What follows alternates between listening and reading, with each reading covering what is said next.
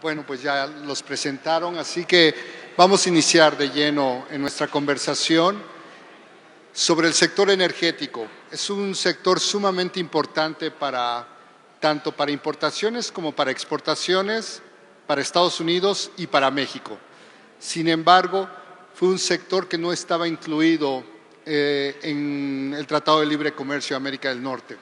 Ahora que hay un nuevo entorno, ¿qué es lo que realmente está en juego para el sector energético de Norteamérica? Comenzamos contigo, Juan Pablo. Bueno, yo voy a hablar de la industria que entiendo y que me toca, que es la petroquímica. Estoy seguro que mis panelistas podrán hablar mucho más en general acerca del sector energético, el petróleo, el gas, etcétera. Pero yo creo que para el sector petroquímico la gran oportunidad es el gas. Y cuando hablo del gas, me refiero al etano. Es importante saber que el etano es la base de gran parte de los productos petroquímicos, como el polietileno, como el polietileno, como el PVC, y que la capacidad en el mundo es de 150 millones de toneladas. Estados Unidos hoy hace 40, y solo en 5 años, hasta el 2020, va a producir 13 millones de toneladas más. En México nos hace falta etano para hacer etileno, que es la base de gran parte, como decía, de los proyectos petroquímicos, y creo que específicamente ahí está la oportunidad. Gracias a la reforma energética, con nuevos entrantes, el gas asociado al petróleo va a permitir que tengamos más etano, pero para eso falta mucho tiempo, y en el corto plazo sí tenemos una necesidad que hoy no nos permite desarrollarnos como industria petroquímica y que hay que resolver muy pronto. Eric, ¿tú cómo ves que es el reto actual o la oportunidad del sector energético en Norteamérica?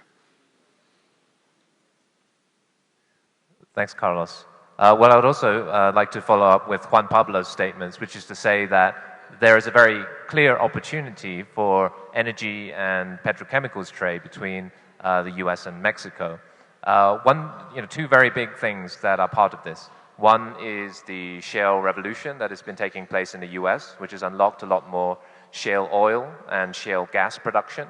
And the second one is just generally the growing integration of energy trade between the US and Mexico. Actually, I wanted to also highlight that broadly, North America, if you also include Canada and look at US and Mexico, really comprises some 15 million barrels a day of crude oil production, or if you look at total liquids, almost 23 million barrels per day of liquids production out of a roughly 100 million barrel per day market. So almost a quarter.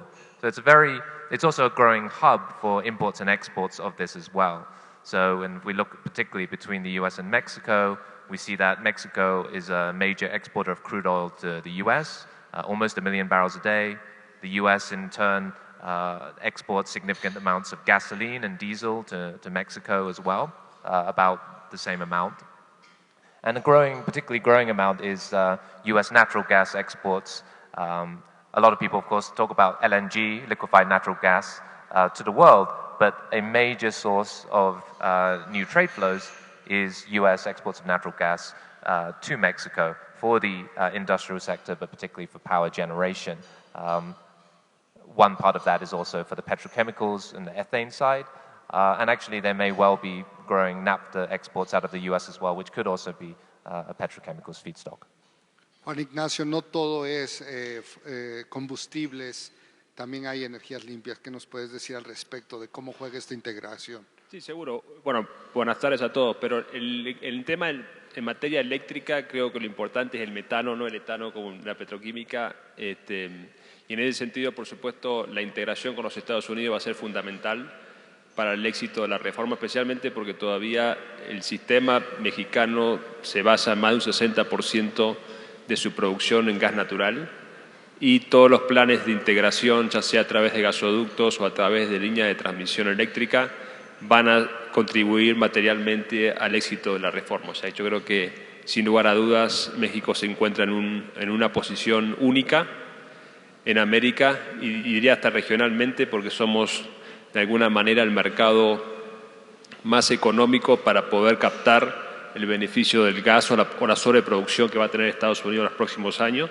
Y bueno, lo importante creo que como mercado mexicano es poder consistentemente captar las oportunidades que tanto en México como en Estados Unidos van a haber en los próximos, al menos próximos 10 años, ¿no? Y antes de entrar a hablar de reforma energética, del ruido político, cómo afecta esta integración, el futuro del comercio, Eric, me gustaría escuchar de tu parte un poco la perspectiva del mercado energético. El mercado hoy en día de gas natural, de petróleo en el mundo, no es el mismo de hace 3 años. Bueno, no es el mismo de hace 6 meses. ¿Cuál es la perspectiva de Citigroup, de ustedes, hacia adelante en el balance de demanda y suministro? Absolutely, and I'll talk a little bit about the oil side and the natural gas side.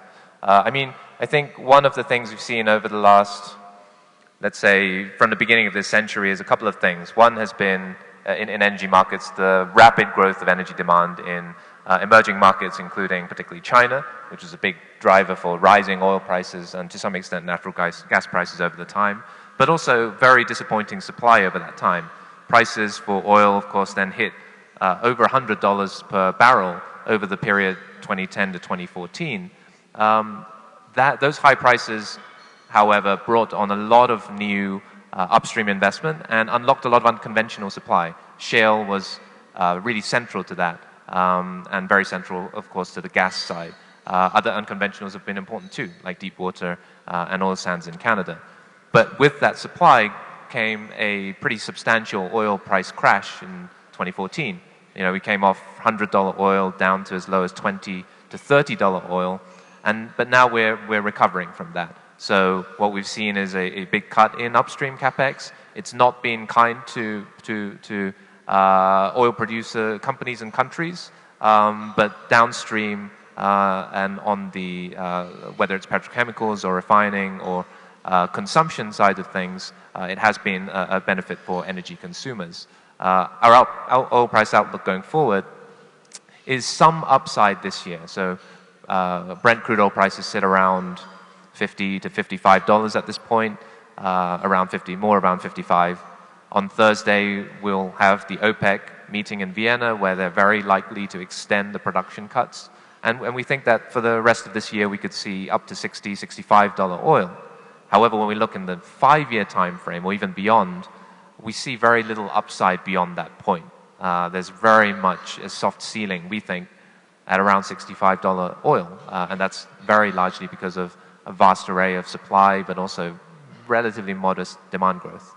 On the natural gas side, the Shale Gas Revolution has also pretty much transformed global gas markets. And Mexico here is sitting then at really the location of some of the lowest gas and then, by extension, possibly power prices in the world as well. Essentially, natural gases sit just below $3 per MMBTU at the minute. While it might rise a little bit this year, essentially, it's pretty flat outlook looking over the next 3 to 5 years. And really, global prices are likely also to come down as LNG flows to the rest of the world, really create a bit of a supply glut in global gas. Muchas gracias, Eric. La reforma energética no solamente tuvo una importancia para México, una importancia histórica, fue también importante a nivel global del mercado energético, al grado que trajo a la disponibilidad del sector privado un volumen de reservas que no salían repentinamente al mercado por muchos años. Juan Pablo, no puedo evitar pensar que ustedes han probado tanto el lado bueno como el lado malo de que haya una mayor apertura. Y lo digo porque el caso de Mexichem lo conozco muy bien en ese apetito de conseguir nuevos suministros. Comenzó con 2 proyectos, uno asociándose en México con Pemex y otro asociándose con una empresa en Texas, con Oxy. Y el resultado que vemos hasta ahora es muy distinto de ambos proyectos. ¿Tú considerarías que eso puede ser un reflejo de todavía las tareas que están por hacer y cuál sería tu recomendación? ¿O lo consideras completamente ajeno a los retos o problemas que tiene México para ejercer esta apertura energética? A ver, lo primero que te diría, Carlos, y luego voy a la respuesta directa de la pregunta, es que nuestro público se puede preguntar, pero ¿cuál es la oportunidad en términos de energía, de petroquímica, cuando vivimos en un mundo en el que el crecimiento es muy lento y va a seguir siendo lento porque China ya no está creciendo como antes, etcétera? Y la realidad de lo que está pasando en Norteamérica es que tenemos recursos que son muchos y a muy buen precio, que están sustituyendo, es decir, tomando mercado de otras regiones en Europa y en Asia. Y eso es por eso que se explica la producción de 13 millones de toneladas de etileno en solo 5 años en Estados Unidos, que es un 40% más que hace 4 años y que va a permitir sustituir capacidad no solo en los Estados Unidos, sino en Asia y en Europa. Entonces no es un tema tanto de crecimiento, es un tema de sustitución por tener las ventajas.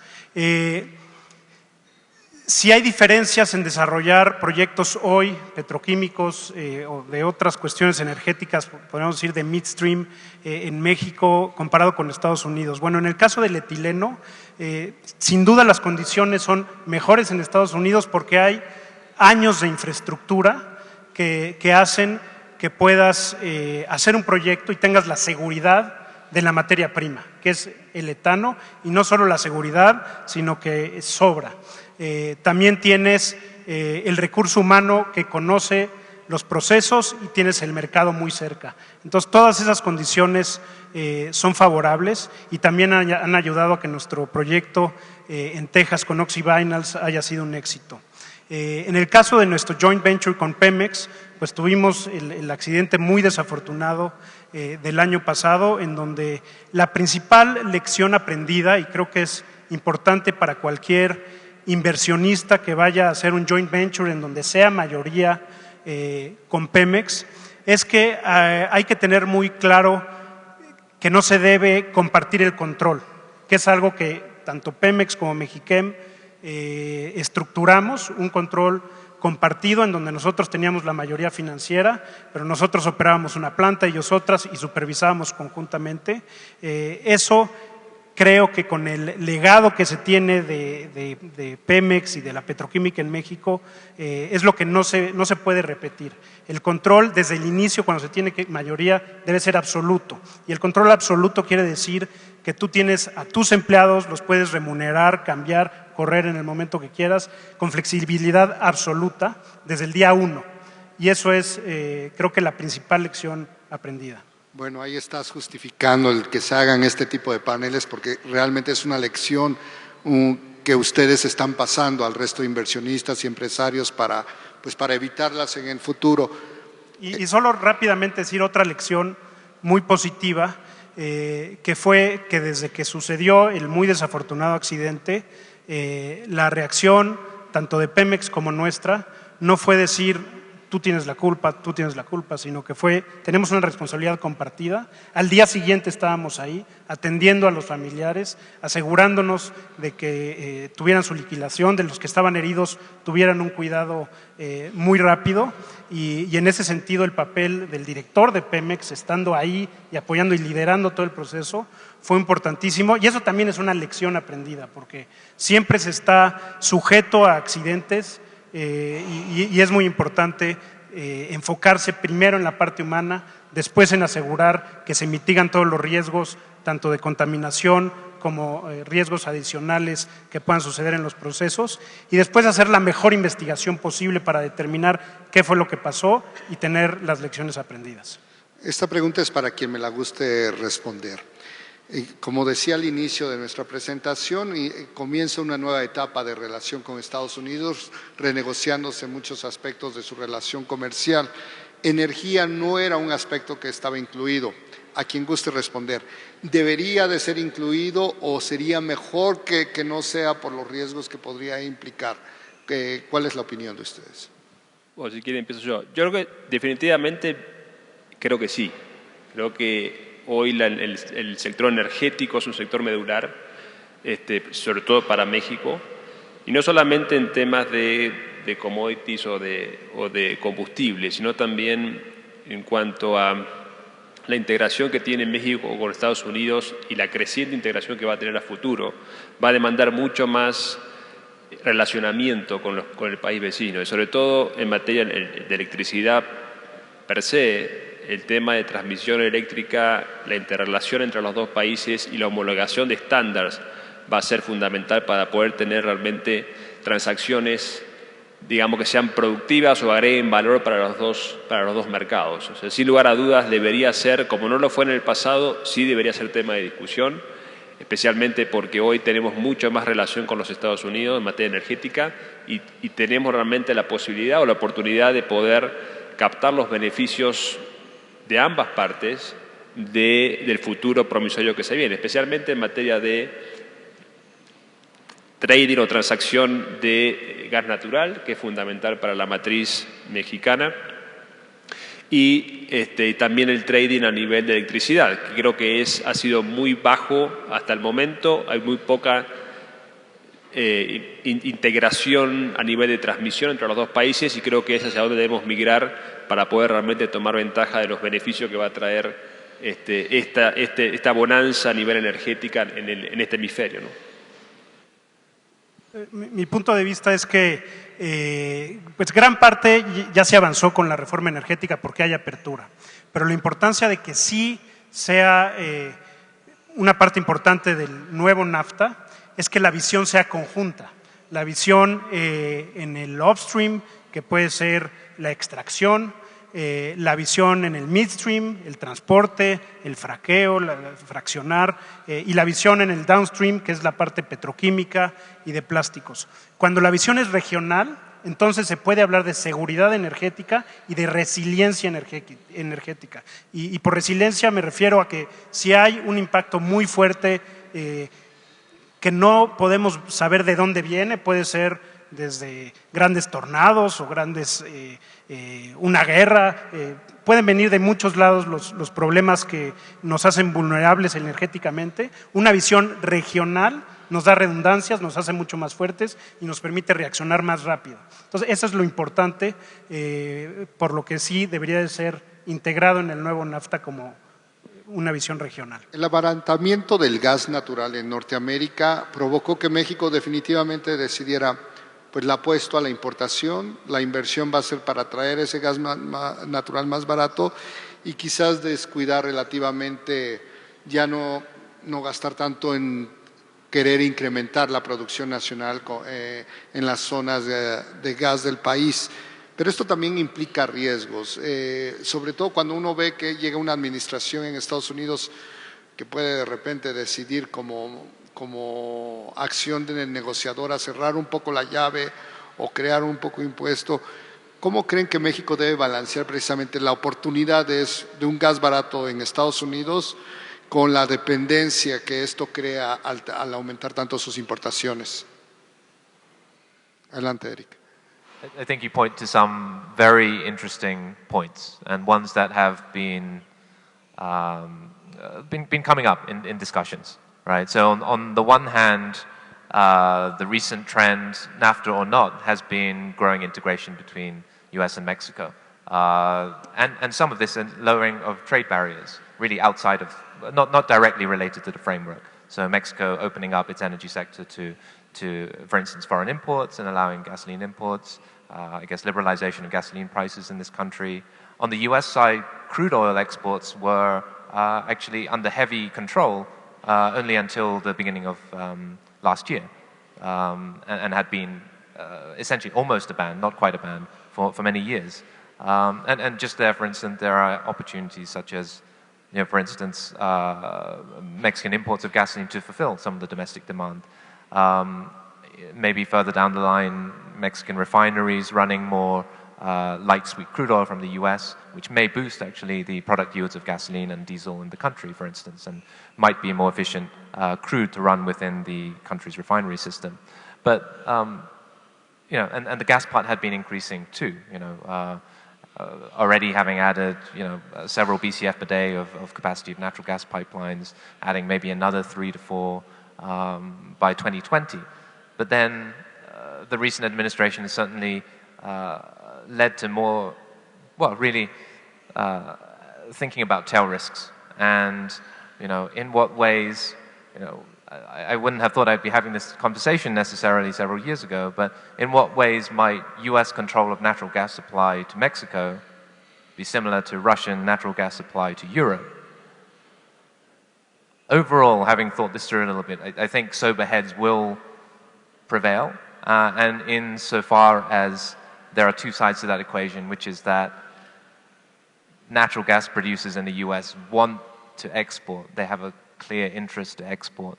Cutting off those exports is a blow to those interests. That I think on the whole energy might be exempted from some of these more high tension plays. I think one other point to note is that one other area where we've been worried about trade barriers was raised at a previous panel, namely the border tax adjustment or border adjustment tax, which could also create inadvertent trade barriers, particularly for energy, where there wouldn't even be a currency offset, a US Mexican peso offset. It would be all in US dollars, and so it would be the price of the commodity and the trade flow that would have to adjust. But again, even there, energy, it seems like that's still relatively unlikely, but energy is highly likely to be exempted from that. So there certainly is some interesting ways where energy may or may not follow the broader trade relationship developments.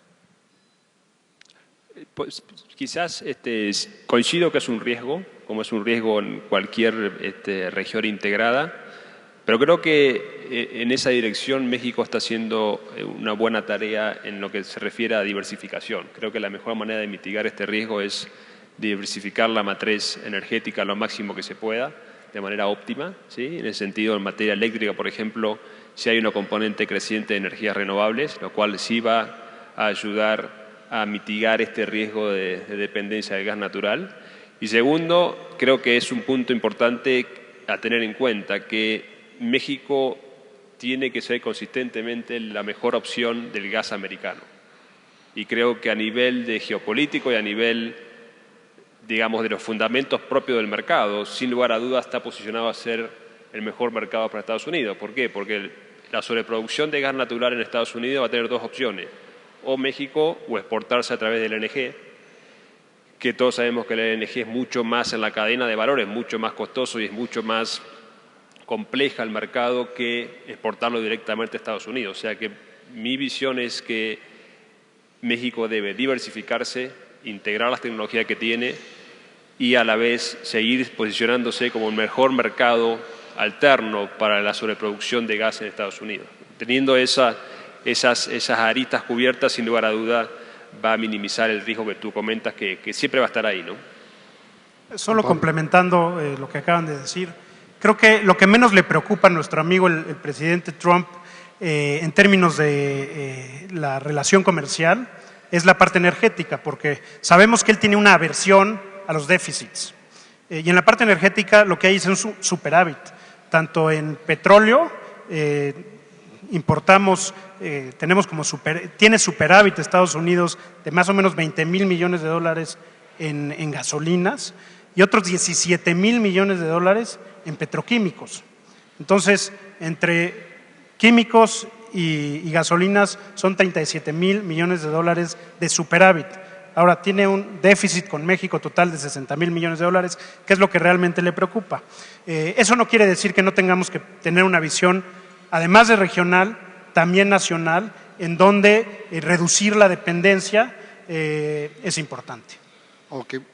A lo largo de las diferentes presentaciones que hemos escuchado hoy, se ha mencionado, sobre todo en torno a las negociaciones del NAFTA, el riesgo de los tiempos políticos que se acercan tanto en México como en Estados Unidos.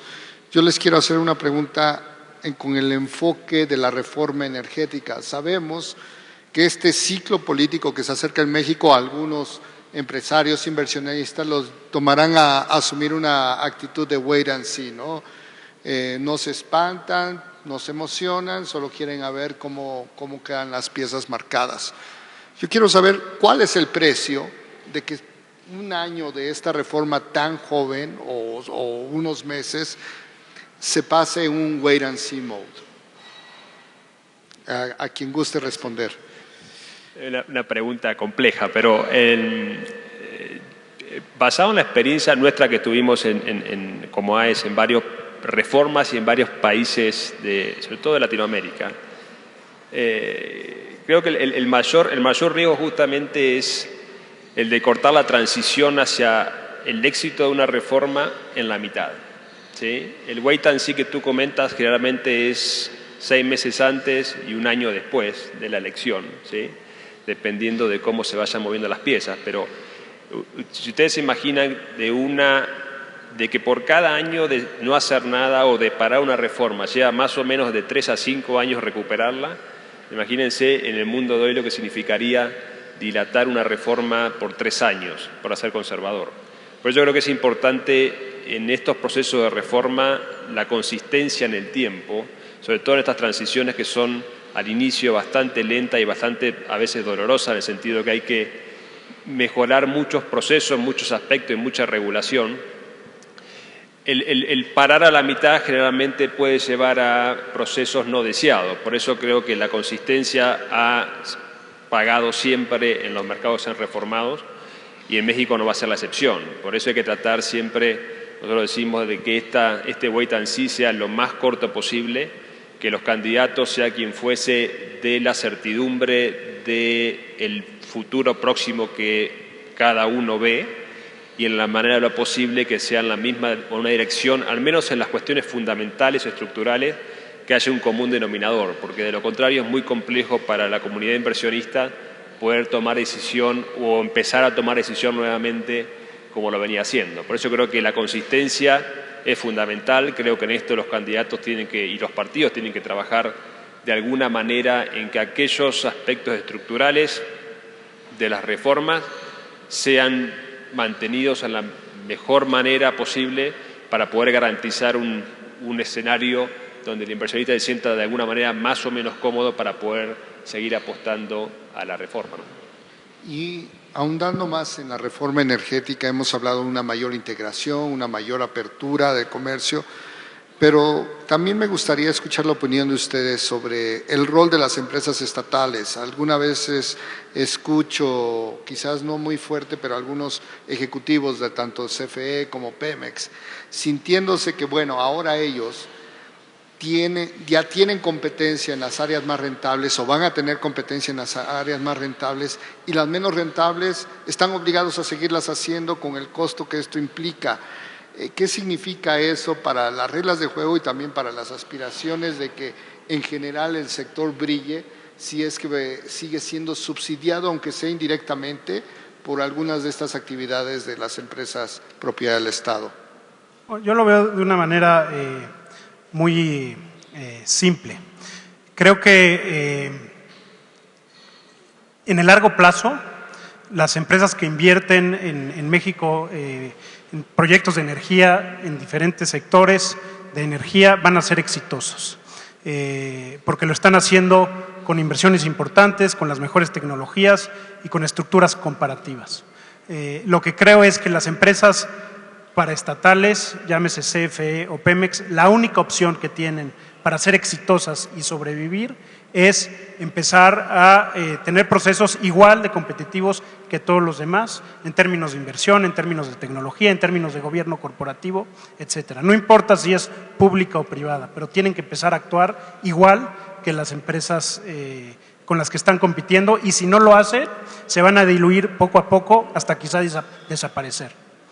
Eric, ¿a ti qué te dicen los inversionistas cuando hablan de México? ¿Cuáles son sus dudas? ¿Es el ciclo político de mexicano? ¿Es el ruido de la Casa Blanca? ¿Qué es lo que ustedes están escuchando?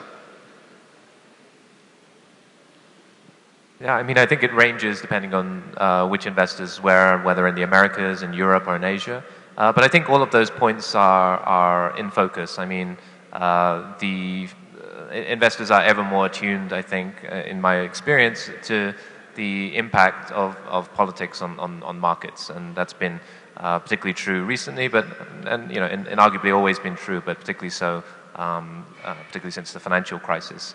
I mean, when it comes to Mexico, certainly there's a lot of interest into the ongoing nature of the energy reforms, the rules of the game in terms of the auctioning of different acreage across in the oil and gas space.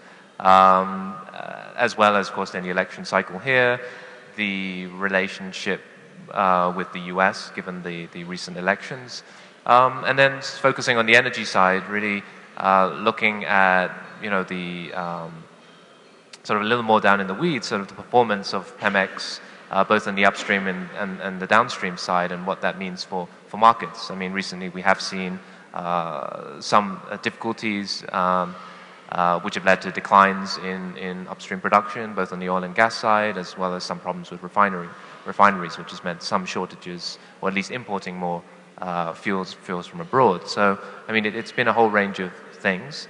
On the natural gas side, it's been very much the opportunity of, for the US, perhaps a nice problem to have, but essentially a glut of natural gas that's stuck not just in the Northeast, but growing amounts of associated gas production from West Texas in the Permian Basin, where the gas is a byproduct of the crude oil production and essentially thus has zero marginal cost and needs to go somewhere.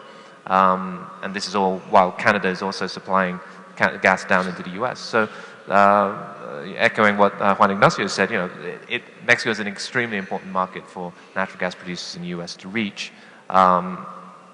And it's there and LNG that really are constraining in many ways the amount of natural gas the US will produce. Antes de pasar a las preguntas del público, un follow-up que se me quedó pendiente para los dos empresarios. Precisamente hablando de este ciclo que se nos viene, ¿ustedes también están asumiendo una posición de wait and see o simplemente enfriando un poco o están a toda fuerza en sus inversiones y proyectos? Nosotros no estamos frenando nada porque nuestra visión es de largo plazo, creemos en la región, creemos en México y sabemos que puede haber altas y bajas, pero que en el largo plazo nos va a ir muy bien. Y entonces la respuesta es que no hay incertidumbres, pero no estamos frenando nada. En nuestro caso, nosotros más bien estamos acelerando algunos procesos justamente para poder adelantarnos cualquier vaivén que pueda llegar a haber el año próximo. Así que a lo mismo, igualmente son inversiones de muy largo plazo, estamos hablando de más de 20 años, con lo cual la importancia para nosotros este año en particular es poder concretar aquellos proyectos que teníamos en cartera y poder cerrarlo de aquí a diciembre para poder realmente no interferir en los planes de largo plazo que teníamos desde el comienzo, ¿no? Y solo para agregar, creo que la mayor incertidumbre para el futuro energético en México y en la región hoy, en el contexto de hoy, no es NAFTA, no es el presidente Trump, es la política interna.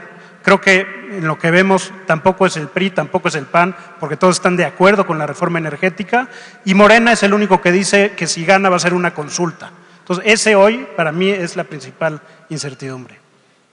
Ahora, si quiere, para la audiencia, para quienes no estén muy familiarizados, pero que se haga una consulta no significa un cambio de ley, ¿no?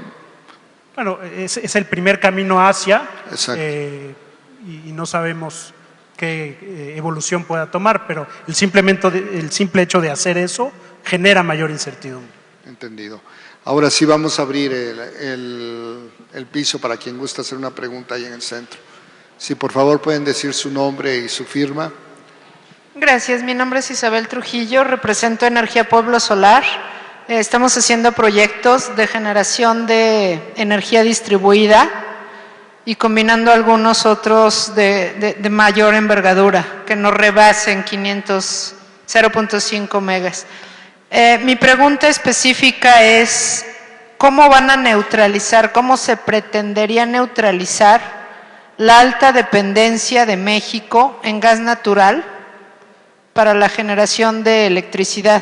Y si será tema o no de negociaciones del NAFTA. Bueno, yo creo, lo comentamos antes, pero creo que la dependencia es un tema que si bien va de dependencia en dependencia, ¿no? Antes la dependencia del petróleo, ahora si bien la matriz se diversificó hacia gas natural, creo que la componente renovable ha tomado una atracción muy importante, con lo cual vamos a ver una matriz en México mucho más diversificada, donde todavía va a haber un componente importante de gas. Si bien es importante recalcar que no hay ninguna matriz que sea perfecta en el sentido de que no hay una monotecnología y un monoproducto. Creo que la importancia en materia de matriz es tener una buena diversificación y la matriz lo más óptima posible. Creo que la ventaja que trae el gas natural, más allá de la dependencia, ¿sí?, creo que tiene más ventaja que desventaja por la dependencia, no solamente por el costo, por temas ambientales, por temas de abundancia regional y por temas de poder cambiar una matriz que era obsoleta desde el punto de vista tecnológico a una matriz mucho más eficiente que ya se está reflejando en precio final del usuario final. Creo que la dependencia o no dependencia de un monocombustible, ya sea gas natural o cualquier otro, no es buena.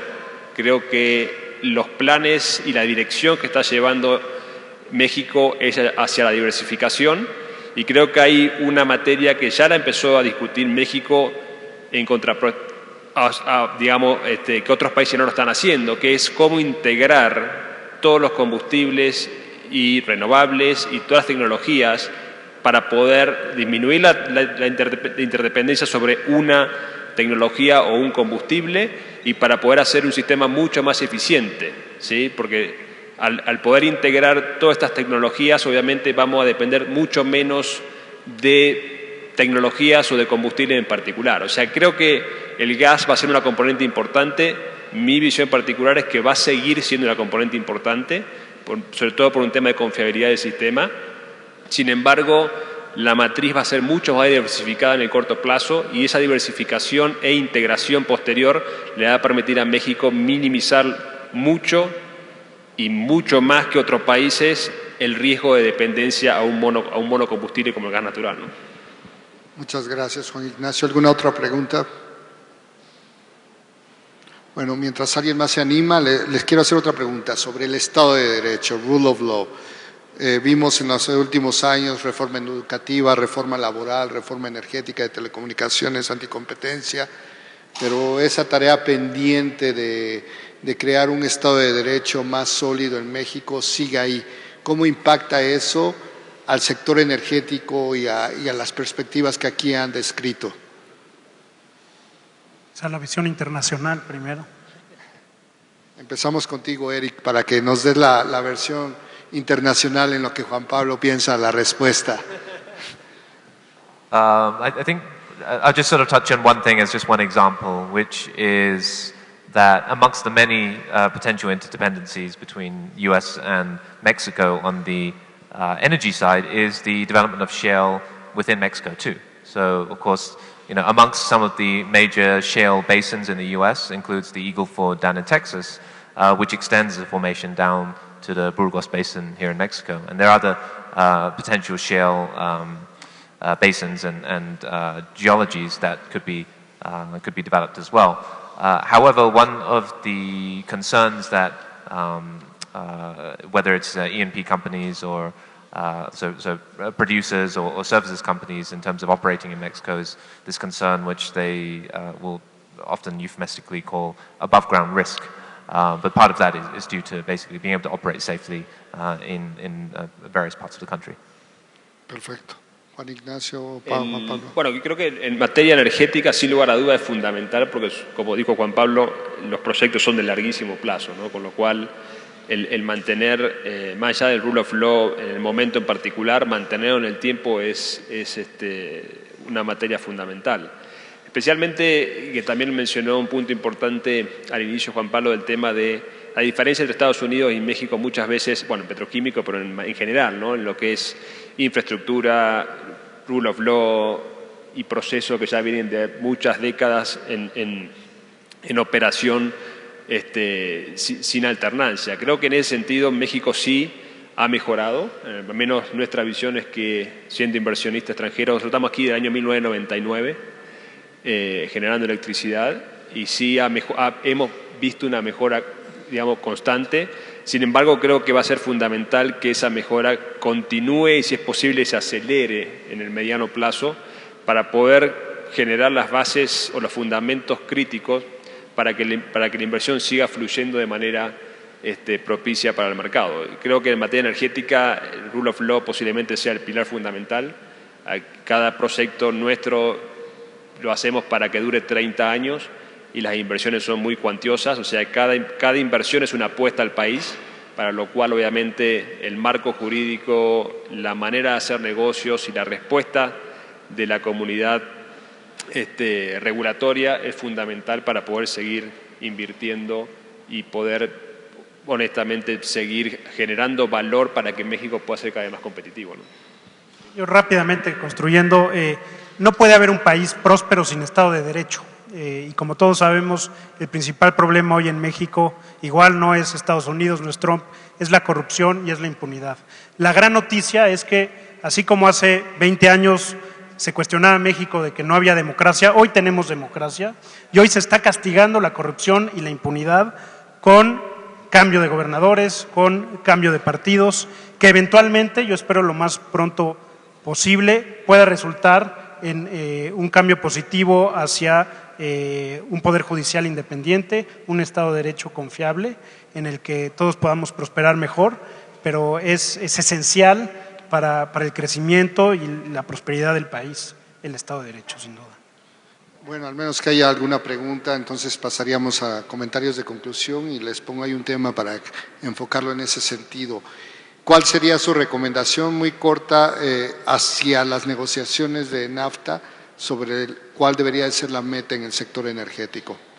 Empezamos contigo, Juan Pablo. Bueno, no soy experto para nada, pero sí diría, por supuesto, que se incluya el sector energético, que ha estado ausente, que se incluya de manera justa y de manera balanceada, teniendo en cuenta la ventaja comparativa de cada país y, por supuesto, que se tome de manera muy seria el valor que implica tanto para México como para Estados Unidos una integración fuerte en cara a las próximas 2 décadas, ¿no? Creo que es importante no solamente basarla en combustible, sino también en materia eléctrica, donde hay mucho por hacer y hay mucho por aprender de ambos países para terminar con un mercado lo más integrado posible, lo más homologado posible y con estándares que sean similares para poder promover la inversión privada, ¿no? Eric. I would close and say and reiterate again that in many ways you and Mexico are already fairly well integrated in the energy side, but there continue to be considerable opportunities in continuing that integration, whether on the crude oil or product side and the operations of refineries, whether on the natural gas and ethane and petrochemical feedstock side of things, that pretty much across the energy space is pretty win-win. I think sometimes these things can be tricky. I mean, there is clearly some competition in terms of the upstream. So when you do have very low-cost natural gas and oil in the US, it makes it a little more difficult well, there are lower global oil prices, basically, which make it a bit tougher in terms of the upstream in Mexico on the oil and gas side. But it does present very significant opportunities in the midstream and downstream, and essentially provides another competitive advantage, really, for the region, which is it's a low-cost energy and feedstock region for a range of industries in Mexico and across North America.